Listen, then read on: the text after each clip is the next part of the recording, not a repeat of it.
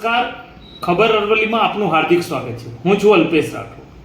આજે આપણે એક અગત્યની અને રાજ્ય કક્ષાએ અસરદારક વસ્તુની વાત કરવી છે, જેમાં રાજ્યની મોટાભાગની ગ્રામ પંચાયતોમાં જ્યાં મહિલા સરપંચ હોય ત્યાં મહિલાના પતિદેવ અથવા તો પરિવારજનો વહીવટ કરતા હોવાના અનેક દાખલા સામે આવ્યા છે।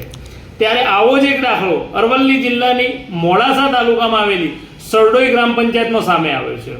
સરડોઈ ગ્રામ પંચાયતમાં આશરે 3.5 વર્ષ પહેલા ચૂંટણી યોજાઈ હતી, જેમાં મહિલા સીટ હોવાથી મહિલા સરપંચ તરીકે જયદત્તસિંહ પુવાર જે રાજકીય અગ્રણી છે તેઓના પત્ની ચૂંટાઈ આવ્યા હતા।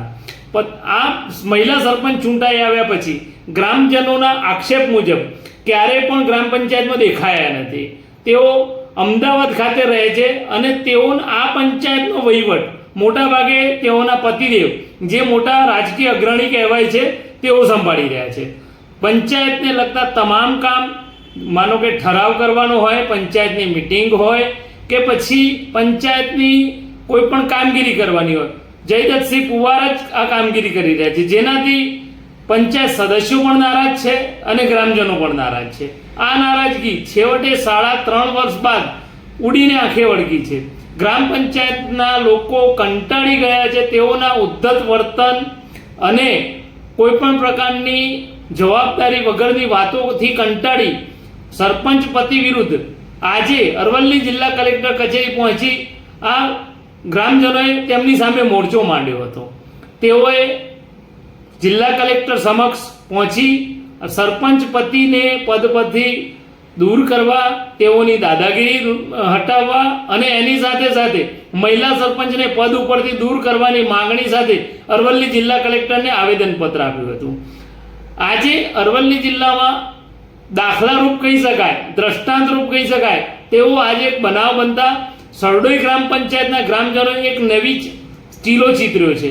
આવો જ ચીલો આગામી સમયમાં અરવલ્લી જિલ્લા સહિત રાજ્યની ગ્રામ પંચાયતોમાં જે પંચાયતમાં મહિલાઓ ચૂંટાયેલી છે તેઓના પતિદેવો જે કાર્યભાર સંભાળી રહ્યા છે, પરિવારજનો કાર્યભાર સંભાળી રહ્યા, તેઓની સામે આવો જ એક નવો રાહ ચિંધાય તેવી શક્યતાઓ સંપૂર્ણપણે રહેલી છે। અલ્પેશ રાઠોડ, ખબર અરવલ્લી, મોડાસા।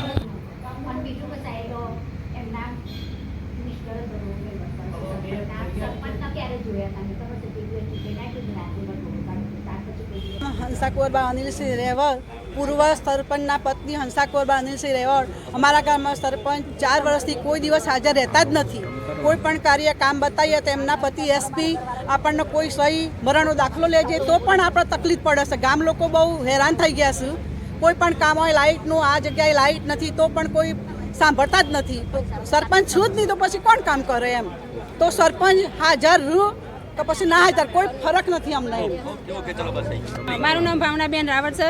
હું પંચાયતની સદસ્ય છું અને આવેદનપત્ર કલેક્ટર સાહેબને આપવા આવ્યા છીએ। કેમ કે સરપંચ હાજર રહેતા નથી, ગામની પ્રજા બહુ હેરાન થઈ ગઈ છે। બીજી વાત એ છે કે એના ઘરવાળા વહીવટ કરે છે તો દાદાગીરી બતાવે છે, ગામની લોકોને હેરાન કરે છે, પ્રજા બહુ હેરાન થઈ ગઈ છે। એ માટે અમે બધા આવ્યા છીએ। તકલીફ એવી પડે છે દાદાગીરી કરવાની। આ કોઈ કામ હોય તો ના કરવાનું, લાઇટ કરો તો નહીં થાય, પાણી કરો તો નહીં થાય, એ બધી દાદાગીરી કરી છે સાહેબ। એનો ભાઈબંધો એવા જવાબ આપું છે આપણને કે એમ કે તમે આ ખોટું કરો છો, અમારા દોસ્તારો છું, તમને બધાને જોઈ લેશું, એવો સરોડ દાદાગીરી બતાવી છે સાહેબ। કલેક્ટરમાં એ રજૂઆત કરી સાહેબ કે અમારા આવેદનપત્રક આપવું છે, સરપંચ બેન હાજર રહેતો નથી। અમે જ્યારે બેઠે સીટ ઉપર ત્યારે જ અમે જોયો છે, ત્યાર પછી અમારી ગ્રામ સભામાં હાજર નથી અને અત્યાર સુધી એ જોયો નથી। એટલા માટે અમે આવેદનપત્રક આપવા માટે આવ્યા હતા સાહેબ। પુવાર મયુરસિંહ હરિસિંહ, આ સરપંચ 4 વર્ષથી અમે લોકો એમના વાઇફને તો જોયા જ નથી કે જે જીતીને આવ્યા પછી મારા 2 વર્ષથી ગરનારાનું પાણી અમને 20 ખેડૂતોને 9-9 ફૂટ પાણી ભરીને ખેતરોમાં પડતું હતું। અમે ગઈ સાલ કીધું કે કાઢી આલે, અમે જવા દીધું। આ સાલ અમે કીધું કે મને વિડીયો મોકલો, અમે એમને વિડીયો મોકલ્યા। અમારા સરડોઈ ગ્રામમાં પણ વિડીયો આપ્યા હતા। એક સહીઓ આપો તો વણકર સમાજ, રબારી સમાજ અને રાજપૂતોની જેની જમીન છે બધાએ વિડીયો આપ્યા।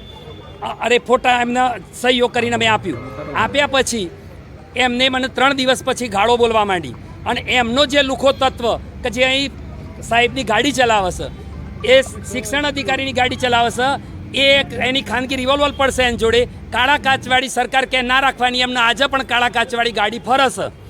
શું અને એને બોલાવીને મારા ઉપર મને કે દાવલી આવી જા, અમે દાવલી ગયા તો એકદમ અમારા ઉપર હુમલો કરી દીધો એમને. અને પછી રિવોલ્વર કાઢીને મને કહે કે તને તો હું ઉડાડી દઉં છું, તને નહીં બને તો ગાડી ઉપર ચડાવી દઈશ. એ અમે આપણે સબલપુર અમે આપ્યું તો એની એટલી બધી લાગવક કે પોલીસ ખાતું એના ઘરમાં છે. તો એને એ મારું જાણવા જોગ લઈને કે અમારા જે મને મારા કુટુંબને મારી નાખવાની ધમકી આપી હતી એ તે છતો એણે ગામ વચ્ચે રિવોલ્વર કાઢી, પણ પોલીસ ખાતાએ કંઈ જ નથી કર્યું. મારી તો એક જ માગ છે, મારું આ ગામ મારી હાથે કેમ આવ્યું છે. મને ગામે એમ કીધું કે બાપુ અમે તો દબી ગયા હતા, એક તમે અવાજ ઉઠાવ્યો એટલે અમે તમારા સપોર્ટમાં છીએ, કારણ કે આ તો એકલ દોકલને ઘેર જઈને મારે છે. કાંતિભાઈ સોનીને 80 વર્ષનાને ઘેર જઈને માર્યા છે એને.